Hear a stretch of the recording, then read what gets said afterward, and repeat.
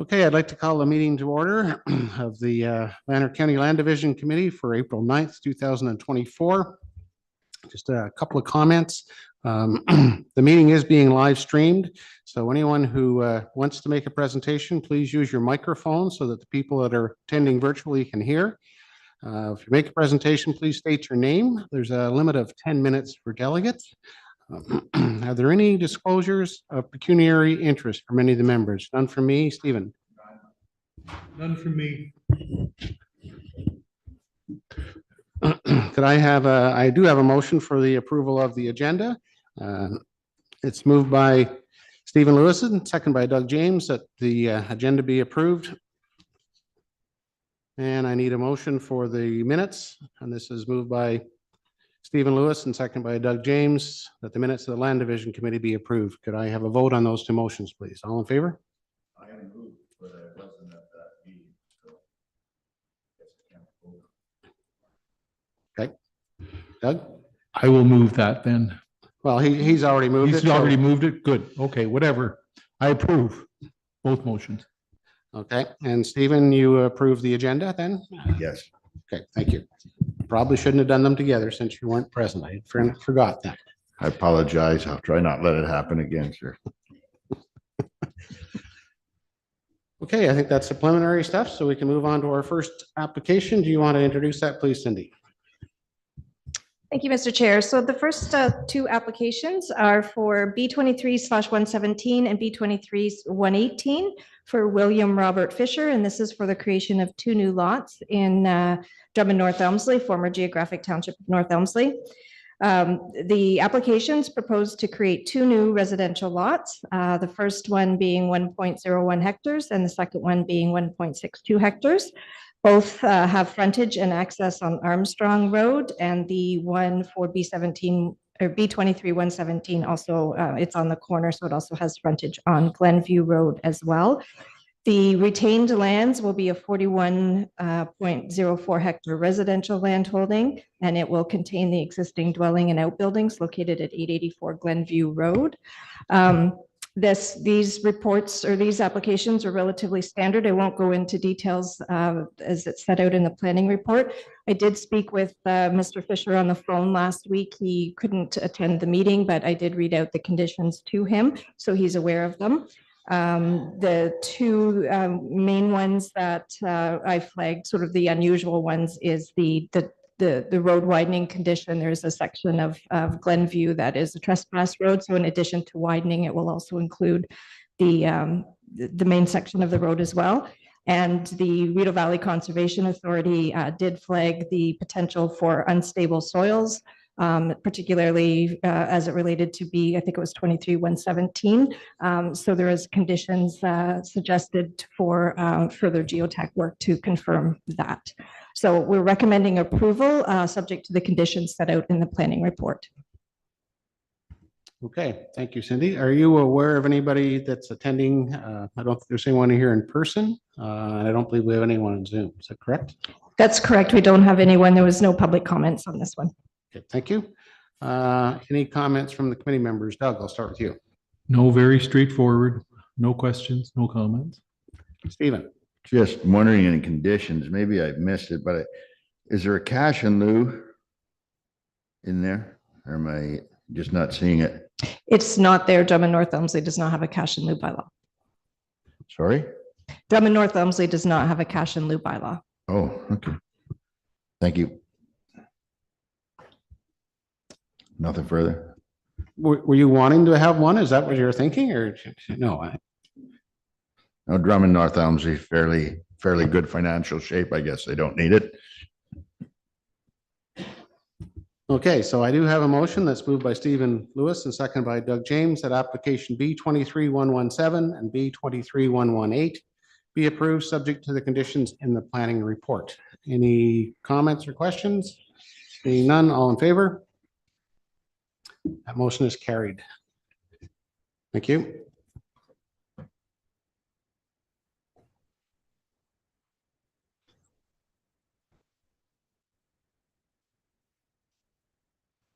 And Cindy, you want to go ahead and introduce the next one? Sure. Thank you, Mr. Chair. So the second application is for B23/152 and B23/153. The owner of this property is Margaret McMullen and the applicant is James Pablo. This is for the creation of two new lots. One is to create a 4.01 hectare residential landholding, frontage and access on Bellamy Mills Road in Mississippi Mills. The purpose of B23/151 is to create a slightly larger 8.95 hectare residential landholding, and this will also front and have access on Bellamy Mills Road. The retained lands contain a 25 hectare residential landholding. It contains an existing dwelling and outbuildings located at 2649 Ramsey Concession 7B. And there's a section of the Indian River that intersects the retained lands, but does not impact the proposed severed lands. The lands to be retained have interestingly have a heritage designation bylaw on the original farmhouse. I believe it was the original farmhouse, the first stone house, I believe, in Mississippi Mills or in Ramsey Township. So this one, the lot sizes and configurations sort of generally follow the woodland area of the property, which is why there's a bit of a bizarre configuration. The EIS is a condition of the consent. Normally, it would be required up front. Mississippi Mills did not catch that before in the pre-consult, so they've made it a condition of the report that they do complete the EIS as a condition. So those any recommendations would be set out in the development agreement in the conditions. So we are recommending approval of these two applications subject to the conditions set out in the planning report. Thank you, Cindy. And do we have anyone attending for this one? We do have James Pablo online. He's the applicant. He's on Zoom. Okay, and no one else in the audience, I guess. So, Mr. Pablo, are you present?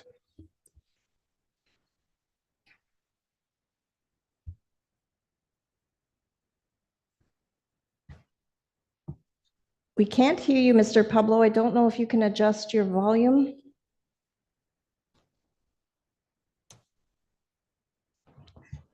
Perhaps you can indicate in the chat that you can hear us.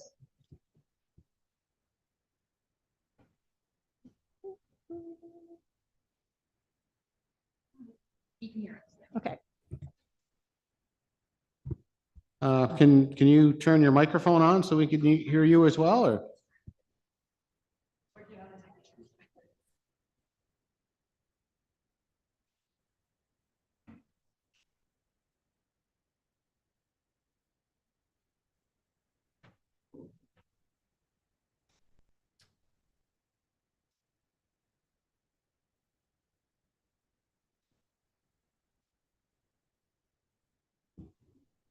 We can proceed using chat if you wish, unless you had a long presentation, Mr. Pablo. Maybe you can just indicate on that.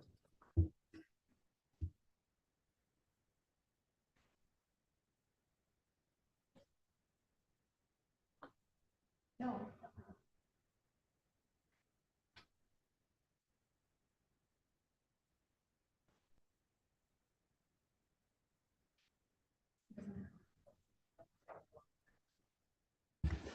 Okay, then I'm going to affirm you now. Do you solemnly affirm that the evidence to be given by you in these proceedings shall be the truth, the whole truth, and nothing but the truth?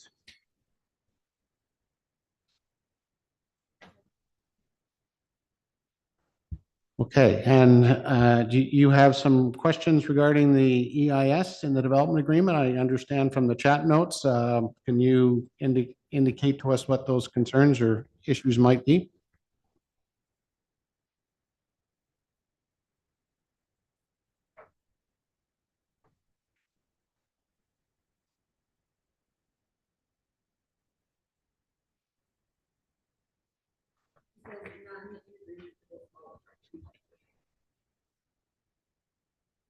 Okay, now what we also could do is we could skip over this item and come back and give you time to try and repair your connection issues if you would like. Would you like us to do that, or do you want us to proceed? I'll leave that in your court, Mr. Pablo.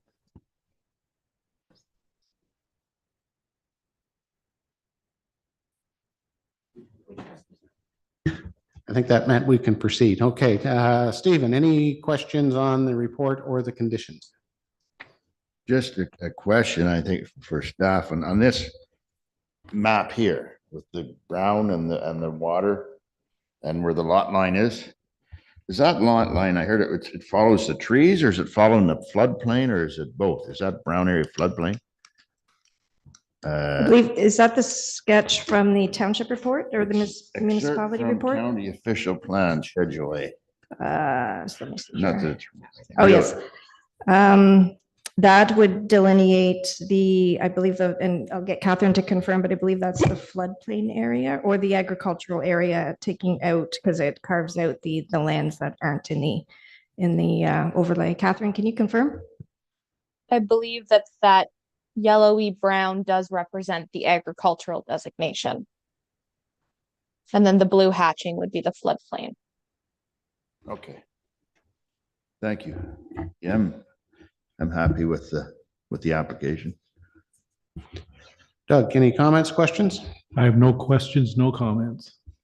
Everything looks straightforward to me.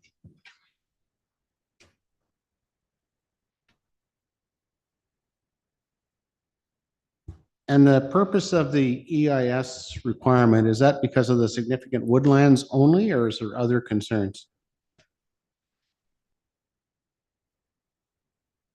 Or do Cindy, do you know, or? I believe it under the OP, the municipality Mississippi Mills OP, it's just the woodlands.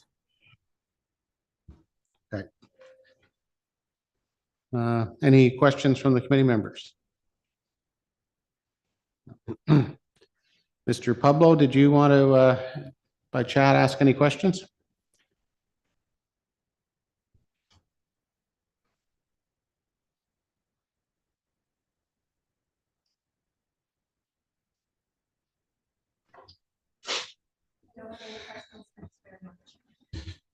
Okay, so I have a motion that the application B 23-150 and B 23-151 be approved subject to the conditions presented in the planning report. Any comments or questions from members? No?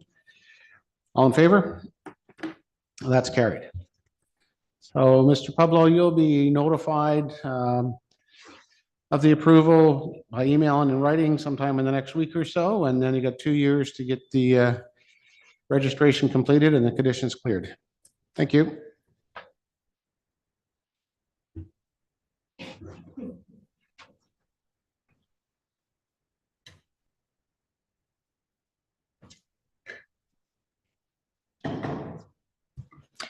Okay, we'll move on to the third item, which is the application B 23/146 for the Averys. This is for a new lot, a 40.4 hectare landholding with frontage and access on Bennett Lake Road. The retained lands will contain a 56.6 hectare residential landholding. Does have 2 existing dwellings, a garage, a barn, and 2 storage buildings. And this is located at 2273 and 2275 Bennett Lake Road.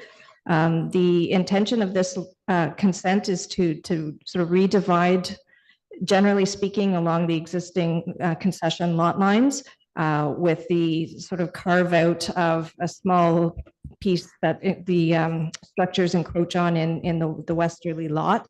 But generally speaking, it's sort of recreating the lot according to the lot lines. We did have some interesting challenges with the road frontage along this section of Bennett Lake Road. It generally travels on an unopened road allowance and veers off and on from that road allowance. So we tried to handle that, and there's addressed in the planning report. I don't know if you have any questions relating to that, but we are recommending approval subject to the conditions set out in the planning report. Thanks, Cindy. Mr. Avery, did you want to make any presentation to the committee? I see you're here. So. I have this one and the next one of my daughter.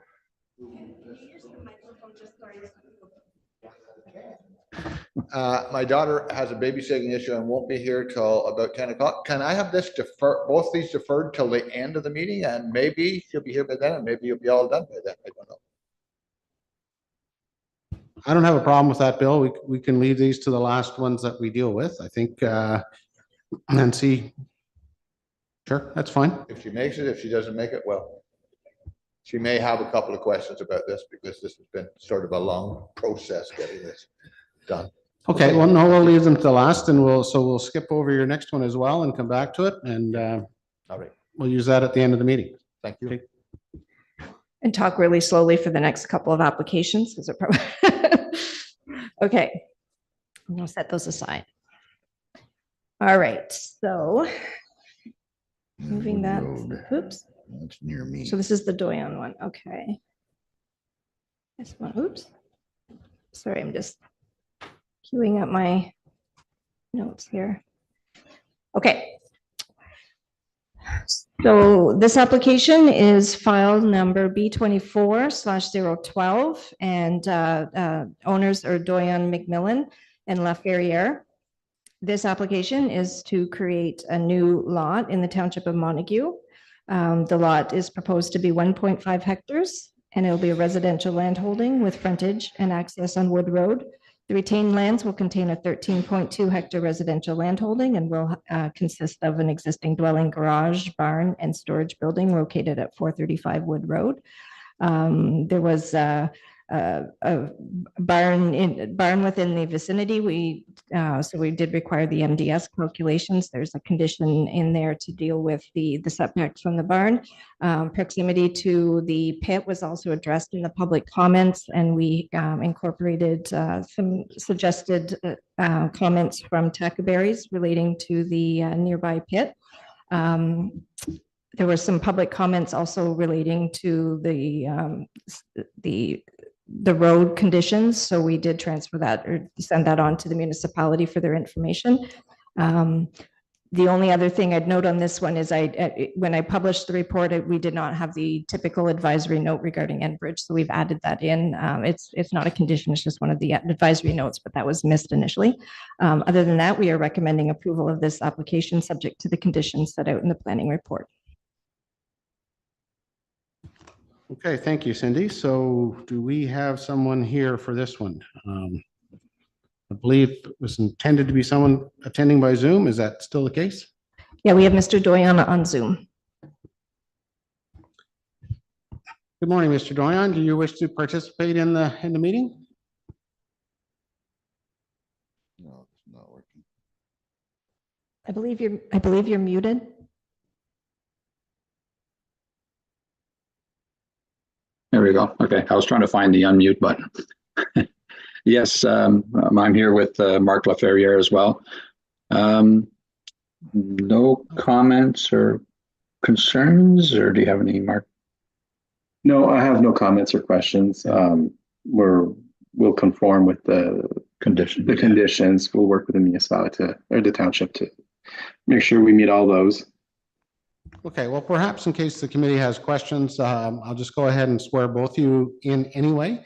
Do you solemnly affirm that the evidence to be given by you in these proceedings shall be the truth and the whole truth and nothing but the truth? I do. I do as well. Okay, thank you very much. Questions on the applications by the committee members, if any? Yes, the only comment that I have, the only concern that I have is the Tackaberry request for an addition to the agreement, the agreements of purchase and sale. I don't know that that's going to be effective. The only party that's around is the seller, I guess, at the time of the agreement of purchase and sale is drawn up. And whether that comes to anybody's attention as far as a purchaser is concerned, I think that concern should be part of our conditions for sure, that it be registered on title.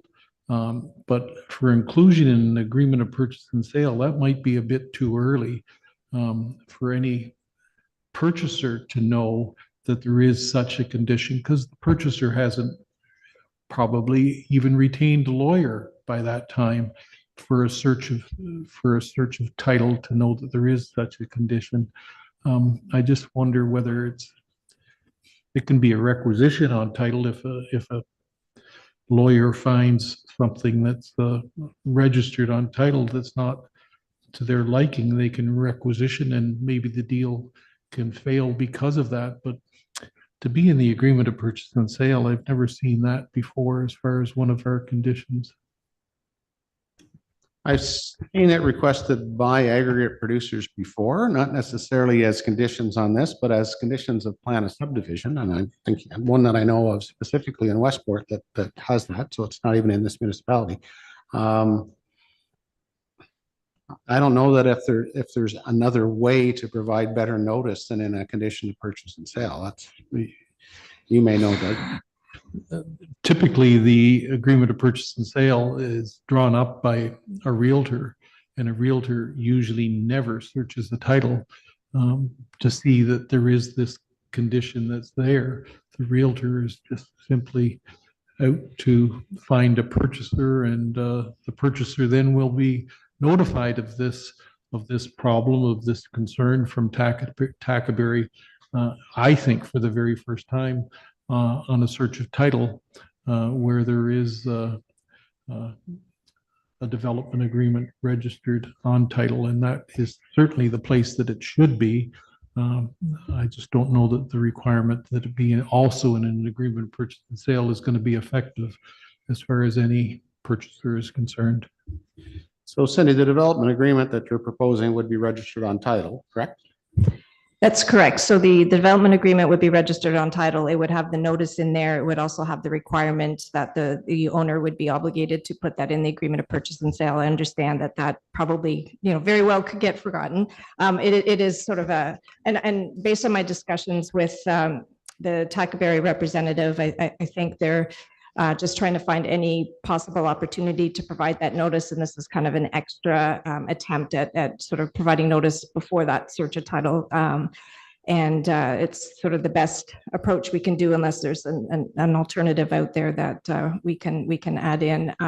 I know this, and Catherine can speak further to this if you have questions, but I know there was the aggregate impact statement that was done, and there's mitigation measures to be incorporated in that as well. So I don't know if that might assist in allaying any concerns as well.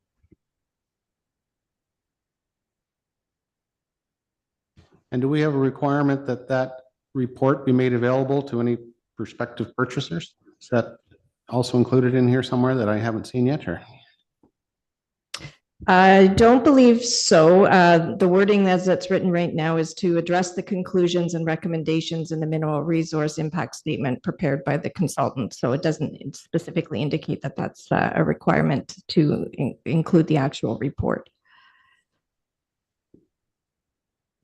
Stephen, any comments on that one?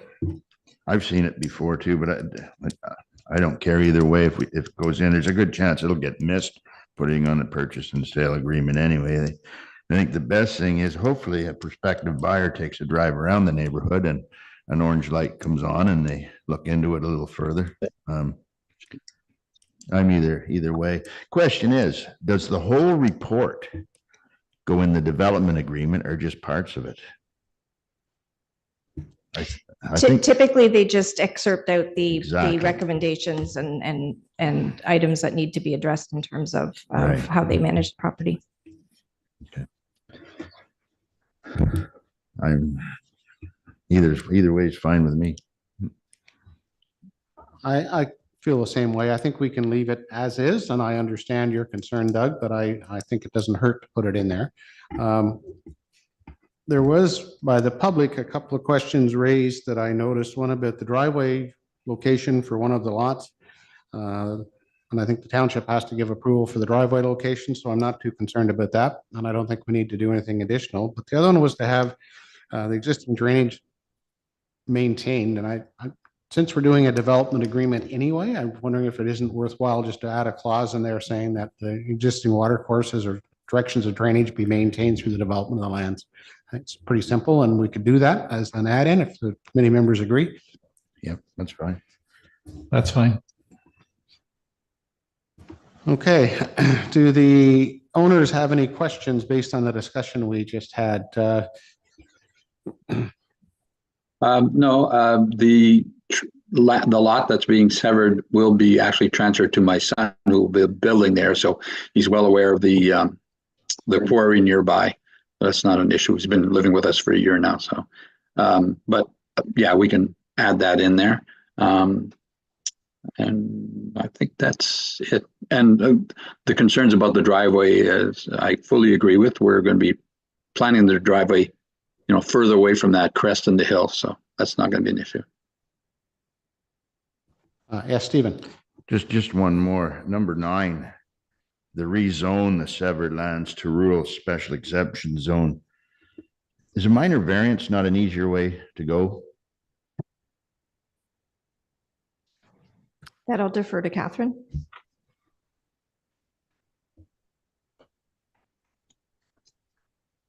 Yeah, less expensive way, I think. I think it's condition 11 in the county conditions.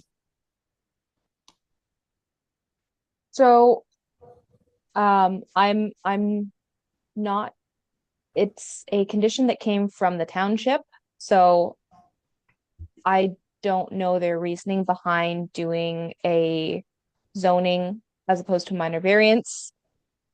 Well, just if we could, like, I think it'll be less cost and maybe less trouble. Could we put in that, in that number 11, that either rezone to special exemption or to obtain a minor variance suitable to make it work? Is there a barn there now, or is it a base that's been constructed and they're wanting separation from a future barn? That's, I'm not So sure. there is an existing horse barn across the road, which is triggering that setback.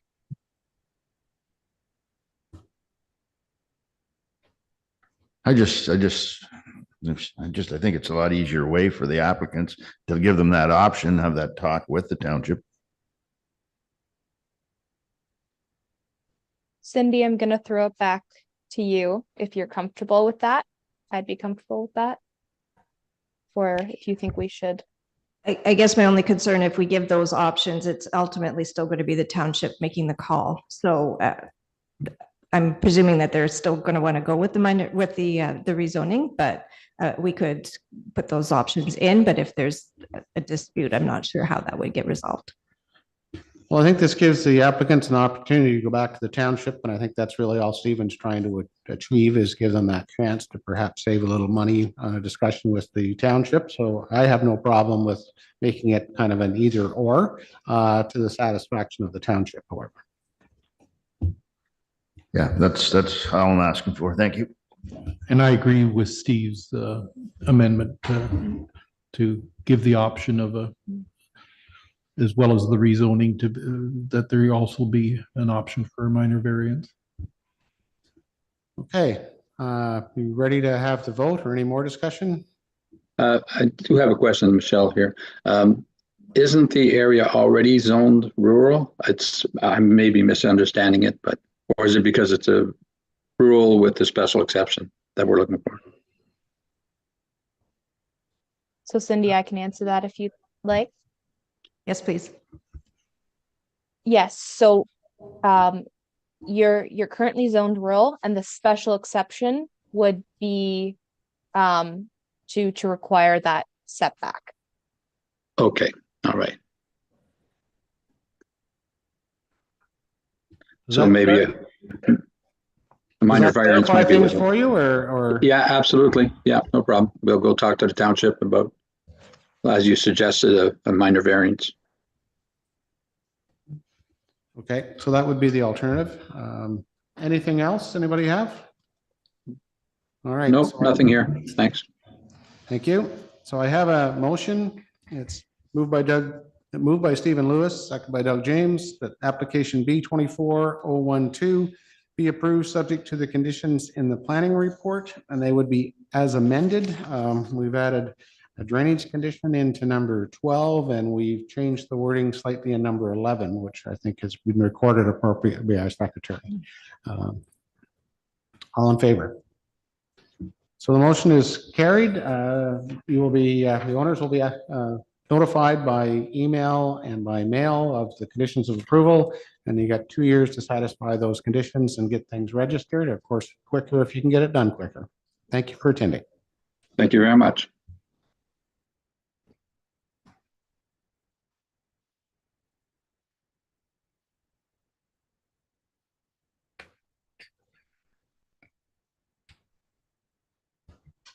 Okay, so we'll move on now to consent applications B 23 097, 098, and 099. These are for Caitlin Elizabeth McGregor in the Township of Drummond, North Elmsley, Geographic Township of Drummond. We have their agent, Chris from Zanderplan here. These are applications were to create 3 new residential lots. Originally, the applications proposed lots that were just over 0.4 of a hectare. The lots were resized following the hydrogeological report and recommendations. So the notices were recirculated, the applications were revised and recirculated February 6th, showing a lot size of all 3 lots would be just over 0.7 of a hectare, leaving 5.32 hectare retained lands. The severed lots will have frontage on Paul's Road, and the retained lands will have frontage off of Drummond Concession 10B. I think everything else is straightforward in the planning report. We're recommending approval subject to the conditions set out in the report. Morning, Chris. Morning, Mr. Chair. Is the owner also going to wish to make any presentation or leave it up to you, or do you know? I'm not sure. I see she's online. I'm not planning on making any presentations, so if she wants to, she's more than free. Okay, well, I think in case we have questions, Chris, I'll swear you in for now, and then if we need to swear in Caitlin, we can. So do you solemnly affirm that the evidence to be given by you in these proceedings shall be the truth, the whole truth, and nothing but the truth? I do. Okay, so do you want to make any opening remarks or just wait for questions? I think Cindy described the only thing I was going to mention was the original lots were slightly enlarged because of the Hydro G. They'll all front to Paul's Road. The retained lands will front to the other end there. And that's pretty straightforward otherwise. Thanks. Okay. Any questions from the committee members on the report or the conditions? We'll roll them together. Doug. I see that our options, the county options, numbers 7 and 8 require a development agreement. Could that development agreement also include the water quality and quantity recommendation or disclaimer as far as the county is concerned? We normally wouldn't put that in when they've done a hydrogeological report. Okay, I mean, we do have a I guess we hydroge- could, but I think the intent of that clause is when we don't have any evidence by a qualified hydrogeologist to indicate there is adequate safe drinking water, we usually try to put it in, but in this case, we've got that. So, Stephen. Yeah, I think we should put it in regardless of the Hydro G, because what's going to happen in a few years down the road, you know? It covers the county and the townships. I think we've had experience with that before. And we're doing a development agreement anyway, so adding another clause is not a big deal. So I don't have a problem with it. I think it has less impact, given that the fact there's a report been done, but I'm okay with that. And I agree with you, Mr. Chair, that I think it should go in. I agree with Steve as well. I think it should go in. So Cindy, you can add that in. Yep, we can add that in. Any additional comments, Chris, or anything before we take a vote? You're fine? Yep. And Caitlin, if you wish to say something, now's the time. If not, we'll proceed.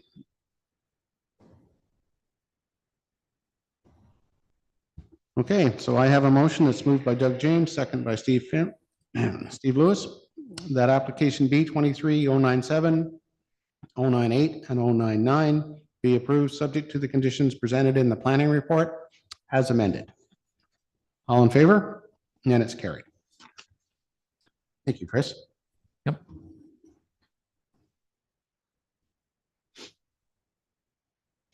Are you going to do the deferred application next or go back to Mr. Avery?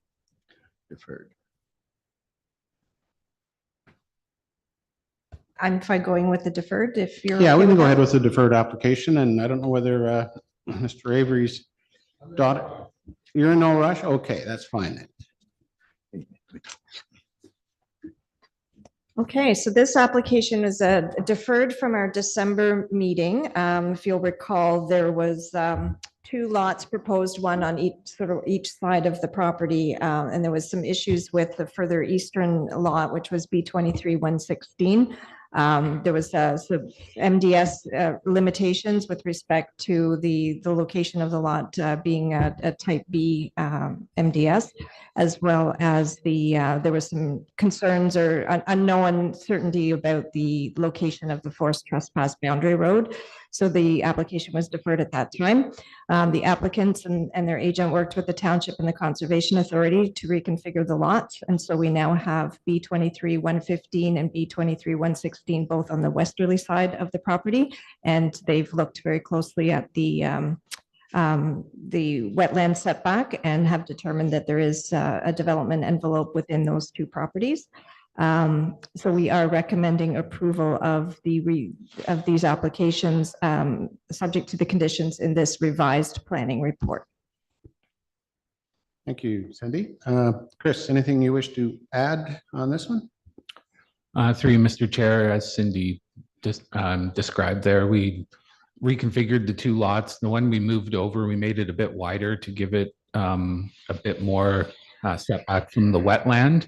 And then the one that was sort of in the similar location as before, it was narrowed slightly and made slightly deeper to keep the area. So the new configuration is sort of maximizing the development potential for both those lots. Thanks. Okay. Doug, any questions? No, the reconfiguration seems to have resolved the problem. Stephen? Yeah, I think it resolved a lot of problems, but I'm just not looking here and I can't believe that Reeve Kidd doesn't have a cash in lieu charge with building his new township offices. Does Beckwith have a cash in lieu charge? I don't see it in here, or maybe they don't have one. I don't believe they have one as well. I know there was no condition in the original report as well, as far as I'm aware. Okay, thank you. I'm happy with the way it solved a lot of problems that we were up against before. Thank you. Yeah, I think the applicant has done what we directed to solve problems, and we've got the MDS sorted out, I think, which was our only concern last time. So I'm also happy. One thing I did want to, and I forgot to mention, is that we did revise some of the measurements. The revised planning report did have some incorrect depths in the chart, and I don't know, Chris, you've got the amendment version up. The applicants were good enough to point that out. So the depth of the lands to be severed for B23-115 is actually 100 meters, not 117. And the lands to be severed in 116 is 135 meter depth, leaving the retained lands as 1,132.7 meters. So I apologize, I did mean to clarify that when I did my initial introduction. Thank you, Cindy. Anything further? No? Okay, so I have a motion that's moved by Stephen Lewis and seconded by Doug James that applications B23-115 and B23-116 be approved subject to the conditions in the revised planning report. All in favor? So that's carried, Chris. Mr. Chair, Ms. McGregor has a question, I believe. Oh, hi. I'm just wondering what it means for me that putting the clause in for the water quality. Is that if we go to sell or develop on that land that we need to test the water, and in which way? Like, do we have to do the extent that we had to do with the Hydro G study, or is this just the water test that we, drop off at the health unit? It basically is an attempt for us to protect the future municipalities more so than anything else. There's nothing additional that you need to do in relation to the development of your lot. Okay. It's just a notice on title so that if there is a water problem, there's less likelihood that somebody would try to sue the county or the township. Okay. And then I just got kicked off right before the end, but did my application get approved? Yes, it did. Okay, perfect. Thank you. You're welcome. Okay, Chris, you're all right? Yep. Thanks, Mr. Chair. You're welcome.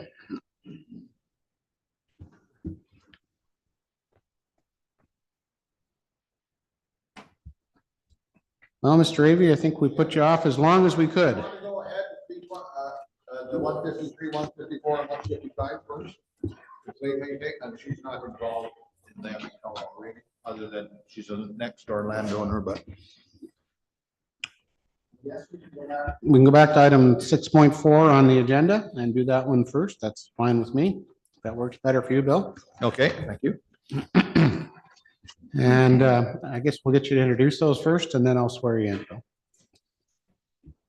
Okay, so these are three new lots, application file number B23, 153, 154, and 155 for the Averys in Tay Valley Township. These applications are to create three new residential lots. One will be 1 hectare, the second lot will be 1.21 hectares, and the third lot will be 1.3 hectare. All three lots will have frontage and access on Bennett Lake Road. The retained lands contain a 12.5 hectare rural land holding and have an existing storage building with frontage and access on Bennett Lake Road. I think the report is relatively self-explanatory. If we were recommending approval subject to the conditions set out in the planning report. Okay, and we have Mr. Avery here, and who do we have attending on virtually on Zoom? I believe Mrs. Helen Earl is on for this application as well as the next one.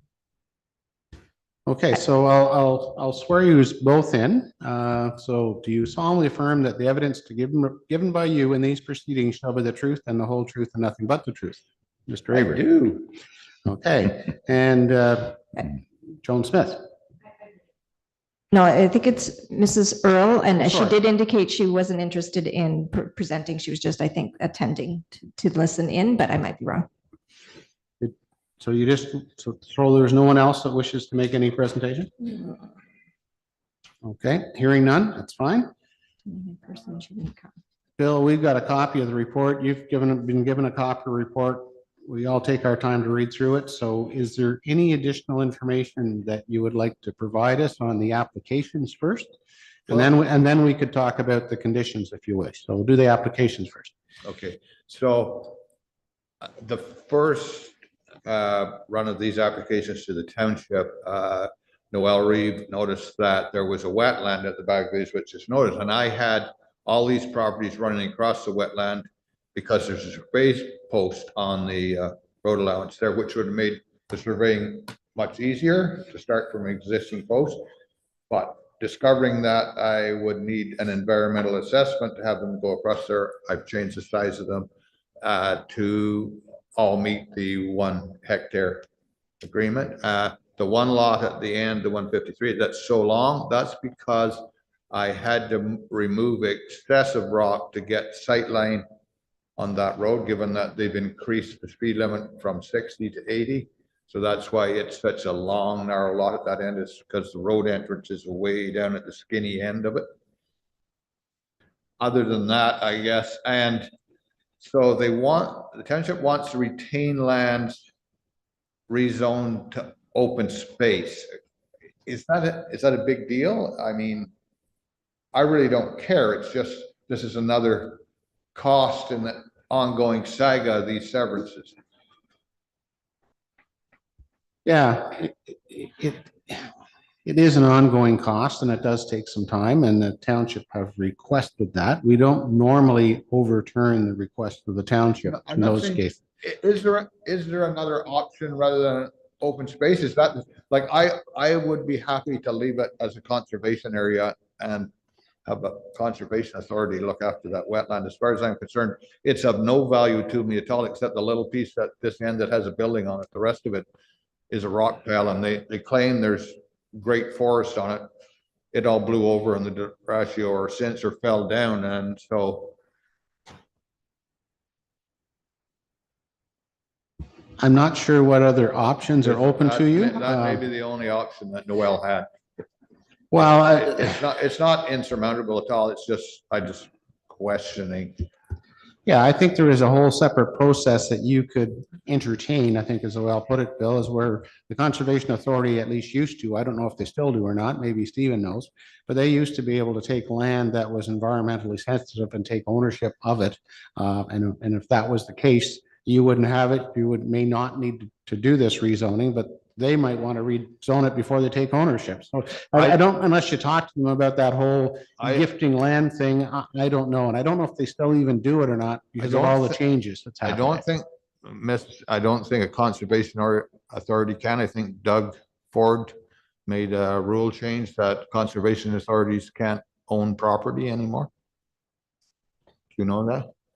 I can't answer that. I don't know, Stephen, if you would know or not. As a member of the Mississippi Conservation Authority, we own lots of property. Yeah, they used to, but I'm not sure they can get any more new property, I think. I don't know, but it's probably not something you want to do anyway. Right, So let's go on to the next thing. okay. One Yes. clarification. I know, it's my understanding from my emails with Noel that the rezoning was put in as sort of as an alternative to not having to do the EIS. It's a sort of a cheaper alternative so that the applicant could avoid doing the EIS study, which presumably would cost significantly more than the rezoning. So that is my understanding of why she went with that condition as opposed to the EIS. That makes sense. Yeah, I figured that was the case, Cindy, thank you. And really, she wants to do that so it won't be built on without doing an EIS. That's really where all that's going. The remnant parcel would still be a lot, so that's what she's trying to do there. Anything, Doug, do you have any questions? No, I have no questions, no comment. I think everything has been resolved so far. Yeah, excuse me, Chair. Yes. Jim, so, but if it's never built on, what difference does it make whether it's rural or open space? Like, is that not triggered by the building permit?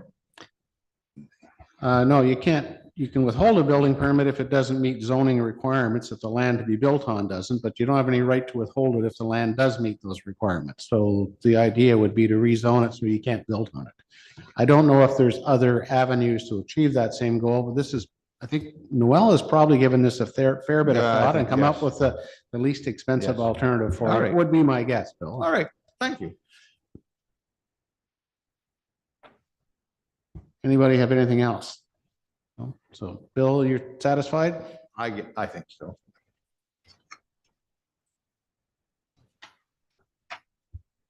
Okay, so we have a motion moved by Doug James, seconded by Stephen Lewis, that application B 23-153, B 23-154, and B 23-155 be approved, subject to the conditions in the planning report.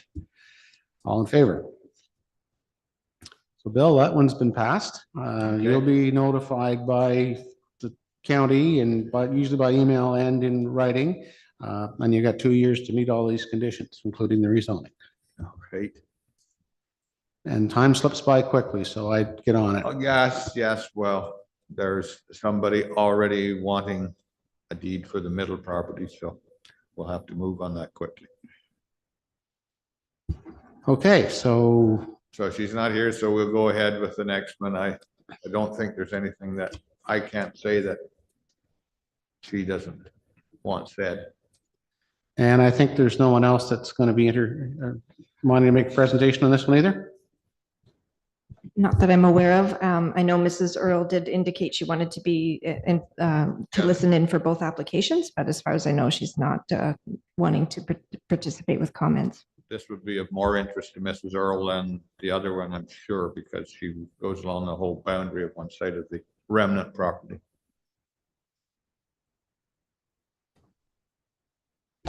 Okay, so again, we've been through the planning report. It seems pretty straightforward to me. Is there any additional information that you'd like to add? Well, okay, sorry. I certainly am still concerned about the problem with the county road and the remnant parcel. The severed parcel has road frontage, but the remnant parcel, the unopened road allowance, apparently I have never had legal access to the county road in the last 140 years. We've owned the place to get onto the road because we have to cross the unopened road allowance before we get to the actual road. So I don't know whether the county engineer we've had discussions earlier, but I don't know what decisions he's come to about whether we're going to close that piece or whether the county is going to take road widening. I had suggested to him, county, just take it. I don't want it. Take that piece. Now it's much wider than they want for road widening, but as far as I'm concerned, take that and give me the frontage, because right now there's really is no frontage on that retained lot. So I think when these conditions were all drafted up, and Cindy, you can correct me if I'm mistaken, but I think that was taking into consideration that there wasn't a survey done to know exactly how much frontage would be left available on the retained parcel. Yeah, well, we had to survey it to figure out where lot 4 was because the GIS mapping was off 500 feet on the frontage. So it turned out that the survey line went right through my house and the barn. So they had to separate that piece off and leave it with lot 5. But on surveying, they did survey the road frontage, and I have no frontage. Lot 5 has no frontage on the county road. There is an unopened road allowance between even the extra part on lot 5. There is no road frontage out to the county road. So the way I've read through the reports and the conditions, and Cindy, correct me if I'm mistaken here, is that the county has generally agreed to take the unopened concession road allowance, add that to the county road allowance, which would then give sufficient frontage. Is that the intent of these conditions? Am I reading this correctly? Yeah, I had discussions with Terry McCann at the county. It depends, frankly, was his answer. And the concern is because the part 1 sort of shows the location of the road allowance and the county road kind of in shadow. It's not parts on an R plan, so we can't really definitively discern how much is road allowance through the township and how much is county road. So Terry's approach was that if it's a reasonable amount that makes sense for the county for operation purposes to take a widening there, then he's okay with that, but he did not want to commit to taking too much of the township land if it wasn't needed for county purposes in this circumstance. So I think we tried to craft the conditions so that they were sort of flexible depending on the outcome of when we actually know the exact location. There's a couple of older plans that they tried to use to locate the road, but this area of Tay Valley, like Mr. Avery said, is the mapping is kind of skewed in terms of where the lots are in the concession lots. So I'm very, very nervous to rely on non-surveyed parts on an R plan to know exactly where the county road is in relation to the subject lands. Stephen. I was going to support this. I thought it was straightforward, but the more we get into it, be careful what you ask for. I think this should be deferred till they sort this out, because who knows where they're going to end up. Well, that's certainly an option, and I guess I would be prepared to have that, to go that route if Mr. Avery wanted us to. The idea would be, Bill, is you could get your survey done, you could go sit down with the county roads department, see whether they're prepared to do that or not. The other alternative, which is allowed as one of the clauses in here, is you can always stop up and close the road allowance and have it added to your property and then get frontage because it's adjacent to the road. But you need to get that stuff sorted out at some point in time. Stephen's suggesting it might be in your best interest to get it sorted out before we approve the severance, so the clock isn't ticking and you aren't tied into doing something you don't wish to do. Okay, well, okay. I don't think there's any point going back to the county because I've been there several times to talk about this, and the engineer doesn't seem to be willing to make the decision to take more than the 15 feet, more than the 15 feet he needs, which he needs a lot more than that.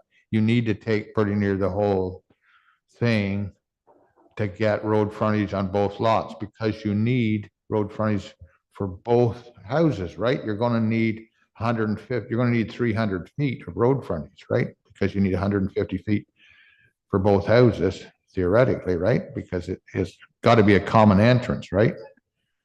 Well, there are other alternatives with having not sufficient road frontage, and you could do a rezoning to have a zoning category created for less than sufficient road frontage. There are a few alternatives that you could look at with your surveyor and the township and the county if you wish, and we're prepared to just put this off to the next meeting if you want to go through that exercise. If you've exhausted those alternatives and you want us to make a decision, we're prepared to do that too. I'm throwing the ball in your court, Bill. Yeah, well, I agree with you. I don't think you can necessarily make a decision until I get this decision. I'm fine with closing the road. All these costs are just ongoing. They're just like, it seemed like a very simple thing to give my daughter this lot because I give all my farm away, and this was, everybody else got 100 acres except her, and it was simple, and it looked like, yeah, well, yes, since it was made, there was ages that there was 2 tax bills. I used to get 2 tax bills, and then they quit sending 2 tax bills and just started sending me 1 tax bill. And now we're just trying to get the 1 property, but then they got into the problem of, well, the house is in the middle of 1 lot, the barn's in the middle of 1 lot, so this is way more complicated than it seems. So I don't have a problem with closing the road, and it should be relatively simple. I don't know why we need to go through all the thing of having the hearing and all the things that comes up with a road allowance just to get me access to the road that I've always been using, right? I mean, the road should be closed, I guess, and that's fine. It just seems to me that a road closing, my experience with road closing, you end up with thousands of dollars of expenses just for nothing. Yeah, I don't disagree with you. I think and you used to be on township council, so yes, I think you was- should know this as well as most people. Yeah. Yes, you're right, Jim. If I may, one thing that, like, I think a lot of this is relating to the unknown confusion component of not knowing what's on the ground, which the survey work will certainly give us some insight onto. There's always the option, once we do have that, like if you do decide to approve today, there is that option to come back and amend the conditions once we do know more. So if there's something that comes to light that from that draft plan that makes sense to amend the conditions, we can certainly look at that as an option as well. I do know that that stretch of Bennett Lake Road, we've got 2 or 3 files, some consent, some not consent, that the county's working on, where there's that exact same issue where the county road kind of goes like this and the road allowance goes straight through, and trying to determine which section has the county has jurisdiction over and which section the township has jurisdiction over. They are taking the same approach, I know, on a couple of other properties further down the way in terms of the closure of the road allowance. And it's my understanding the township does like to be consistent with respect to their processes on how they handle that. So I do know that we're encountering that in a couple of other properties. Would you like us to defer this to the next meeting and have a chance to try and look at other alternatives and maybe get the survey done, or do you want us to? I would say yes. I have 2 more questions. One is for my daughter. At the other end of her severance, the opposite problem occurs. She owns out into the county road. What needs to be done there, that's mentioned in here, but it's not very clear on what she needs to do. She actually owns about 5 feet out onto the paved surface of the road at the other side of east half of lot 4. I think you're maybe referring to this lighter area going up sort of into the road allowance. Yes, I think, yes, it's very hard to see, yes. So that is another issue that we spoke with Public Works about, based on their field work, like when they went out to the site visit and saw where the fences were, they didn't think that there was any road widening needed based on what they saw in terms of where the road was. But because our concern was because you were trying to, I think, process the severance without having to survey the entire lot. It was basically going to be the lot even except part 1, that we weren't sure, again, exactly where the lot line boundary was with relation to the road allowance. So again, in terms of just needing to know exactly where that boundary is, and if any part of the concession lot does Bennett Lake Road into the concession lot. And same idea, the conditions are worded such that that would need to be surveyed and conveyed to the county, basically as a trespass road. Okay, so the East Apple Lot 4 is completely surveyed. It has been surveyed and registered. Okay, so, and Cindy has a copy and the road engineer has a copy. So, what I have is a draft copy of the plan yeah, but that just said draft out. I just, because I had one, that one is registered. That is the same. Yes, I just happened to have, that day I had the draft copy with me and I just give you the draft copy, but it is the same copy as the actual registered copy. Sorry. And so that creates that surveys part one, which is what the part that you're accepting out to include in the retained, but it doesn't actually provide any, again, it shows it in shadow, but it doesn't provide any defined boundary between the county road and the concession lot. Okay, well, So- I can have him do that. Okay, we I can have look the at, bigger anyways, version that. Yeah, I think, And the other question I have, will I now have to survey the retained lot? Because it's not surveyed. We didn't survey the retained lot. We surveyed the severed lot, right? I think what you're going to need to do is get your surveyor to sit down with the county roads department and see what the county needs for any additional survey plans, what the township needs for any additional survey information. I'm not going to say you have to survey the entirety of the retained lot, but it certainly appears to me from what you're saying and what I'm reading is you're going to have to survey the road frontage. So you can make sure you have enough frontage and you can acquire enough frontage either through the county taking more land or a road closing or whatever the right methodology is, Bill. So my suggestion would be is that today we should defer this for another month or until you Okay. get this sorted out. Okay. And my recommendation to you is that you get your land surveyor, or whoever that may be, to actually talk to Terry McCann and put the two of them in a room and tell them to come out when they have a decision made is how best to sort this out. Okay, Does that make sense to you? yes. Okay. Committee members, any comments? All right, I would accept the motion. I guess I can put it down, moved by Doug James and second by Stephen Lewis, that we'll defer this application to a future meeting. Mr. Avery, you can let Cindy know which meeting you're ready for. So if you're ready a month from now, we meet every month. So, okay? Yep. All right. Thank you. Thank you for attending.